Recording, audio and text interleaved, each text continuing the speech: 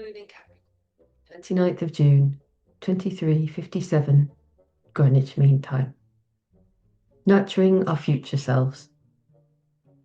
In giving astrological weather reports, it's useful to get a reminder of the broader climatic context we have our more personal dramas set within.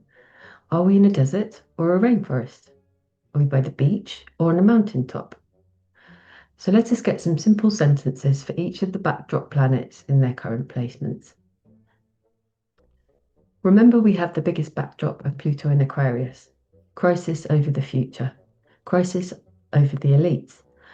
Crisis over technological advancement in science and objective reality. Metamorphosis in our methods of protest and rebellion.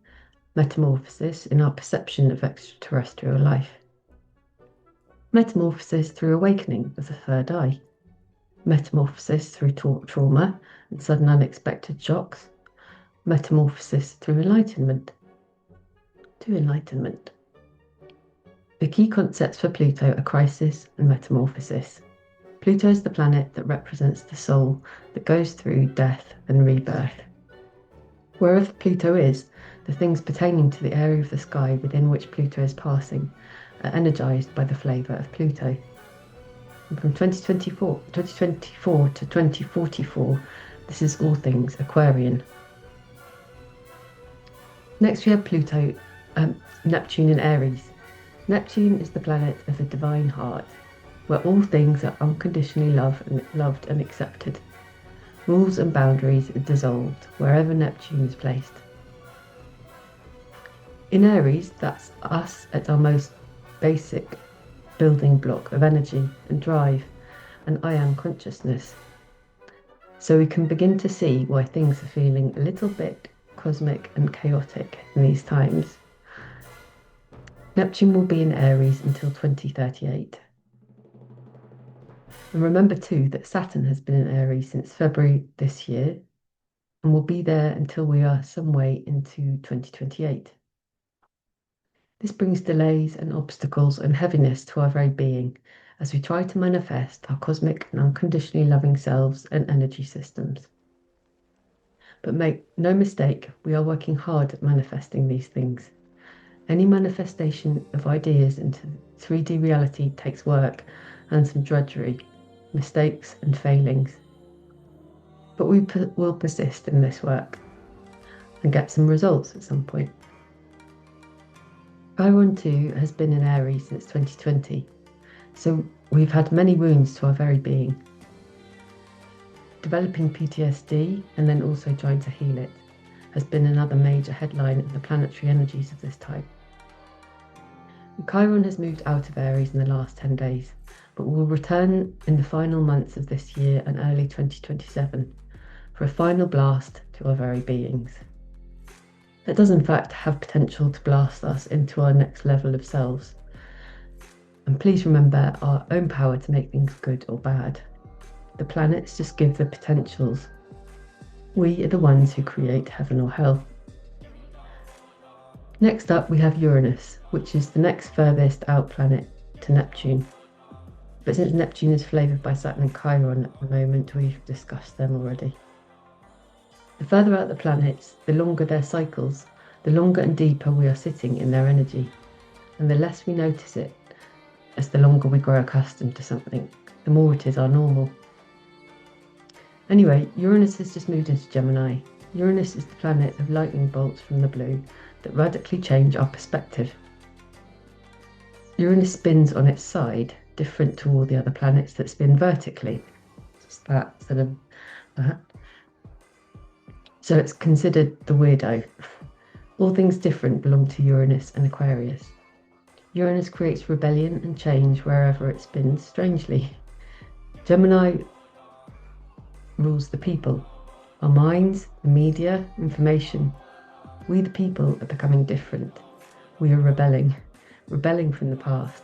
We are all moving into a different future. And we also need to remember that there are amazing harmonious aspects between these three major backdrop planets at the moment. That's why there's all this talk of ascension and awakening. That's why there's all this talk of the potential opposites to this too, because we live in a place of opposites, a polarized world. Please remember the power is ours to create heaven and hell, as I've already said. And with Uranus now in Gemini, this power to create enlightenment or trauma starts from within our minds. Cultivate your minds into beautiful gardens of peace and fearlessness. It's a big task, but we can do it. Next up are Saturn and Chiron, as discussed previously. But we've forgotten the node, the moon, or the destiny line, as it's often referred to, where the eclipses are created. It's a position rather than a planet, but it's where all the focus is on the axis and direction of our solar system. So it's strong in its importance. Evolutionary astrology focuses on Pluto and these nodes as the spine of the chart and the energetic setup. The nodes of the moon, or our destiny, have been emphasised and exaggerated in the area of Pisces for about the last 18 months. All things Piscean have had a strong but challenging pull towards it. The reason we're feeling so much confusion, the reason we can easily feel lost and in a state of having to surrender and accept what is, without feeling we have much power over it. We may feel led by whatever our notion of God is, or totally at the mercy of tyrants. A pull towards meditation and spirituality at its best, divine unconditional love and acceptance and surrender. But at worst, the vulnerable are made into martyrs. A rise in the awareness of how we mistreat the innocent, how in some places we show no mercy even for beautiful children and innocent animals, and have normalised this into daily acceptance. The North Node has been here doing this kind of thing since January 2025 and will move into Aquarius on August the 18th. So just one more month of these energies. Then we get a different flavour to our destinies. With Pluto in Aquarius and Uranus in Gemini, expect a lot of analysis of what went wrong in our past civilizations. Because when Pluto and the North Node are together, it's seen as an indicator of something we've been working on in past lifetimes. So that's the big picture, the backdrop to our more personal plays. These are the transpersonal planets. Then for the more personal picture. Jupiter is a bridge between the transpersonal and personal planets, and I believe the asteroid belt is around here too, but that's not my area of expertise at the moment. I prefer to simplify the framework, as well as focus on how to harness the positive potentials of the planets and diminish the negative potentials. Each astrologer has their own way. Astrology is both an art and a science. Anyway, back to the current scene in our massive play. Jupiter could be seen as our form of church or place of worship. He has a foot in the transpersonal and the personal. He's where we look for our personal meaning in the world, in the more impersonal places. He stays in a sign for about a year and is just about to move from one sign to another. In Cancer, we look for our meaning in the home, in our families, in our emotional selves, who we are in a private space. But our private spaces have been under stress, as they've been in a challenging aspect to Chiron in Aries and Saturn and Neptune also in Aries, as well as any planets we have in Aries in our own natal charts. And Jupiter enlarges all it touches. So our search for safety, a home, a family, a place to let rip and be our sensitive selves, the feminine, has struggled. But this has given us muscles and built our inner resources too. The flourishing of van dwellers and alternative places to live and find safety and security in a traumatizing and traumatized world is also ushering in a more awakened world. The more our need for safety isn't met by others, the more we are relying on ourselves and forging better paths based on this safety, security, based on self-sufficiency, so we are less vulnerable to the mercy of tyrants. This month is the month of Cancer. This is a central theme this month, and a year of it featuring highly. It's the final finishing off month.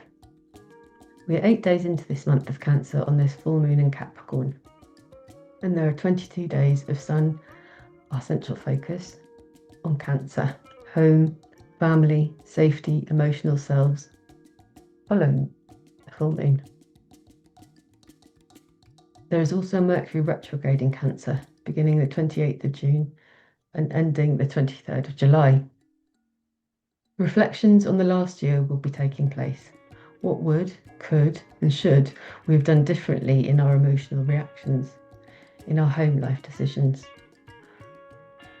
All that activity around family dynamics and where and how we live and make a home. We'll be sitting and taking a look at that before we move on into the next chapter of our books for our lives. From now until the new moon in Cancer, 21 degrees on the 14th of July, we'll be in a place of reflection on this last year and how we nurture ourselves, how we process and deal with our emotions. When we are under attack and stress, or the activity in Aries, we tend to either lash out or instead accept shitty behaviour. Neither of those ways is ideal, but there are few who won't react in these ways. Those that do have developed the maturity that we have been learning this past year, each in our own ways and success rates. The new moon offers a new chance to do our emotional lives, our families, our safe space setups in better ways. As a result of all our experience of making mistakes here. Jupiter moves into Leo on June the 30th, and Mars moves into Gemini on June the 29th. Both these energies want to move on and have a good time from this year of emotional roller coaster. And we will. Time to have fun and go more lightly. But with the Sun still in Cancer and Mercury in retrograde in Cancer, it's time to notice and be aware that we want to grow in our lives. And what we want to grow in our lives needs nurturing. At this time of year, at an allotment or a garden, we can see that those plants we do not care for, do not water nor feed, that we leave to scorch in the sun through our own neglect, they probably don't make it. They will have died. So be attentive to this notion now. What we want to grow, we must take care of and give correct attention, water, feed, and speak lovingly to. For if we don't, these seedlings will die, and the more established plants may have developed a scar from the neglect or even over-attention. Mollycoddling creates problems too. Overwatering drowns plants and seedlings too. Tree surgeons, please stop over-clipping the trees. Let them do their tree thing. Helicopter parents, let your children be themselves. And with the final planet to be discussed today, being Venus, who is in Leo until July 10th, this may be a theme now too. We want to have fun and be ourselves now and allow for this for others too. We want to take this opportunity to enjoy life and some good times where we can. We are here for this too. May you go joyfully, playfully, creatively through all your days, remembering that we're all actually artists in this game of life.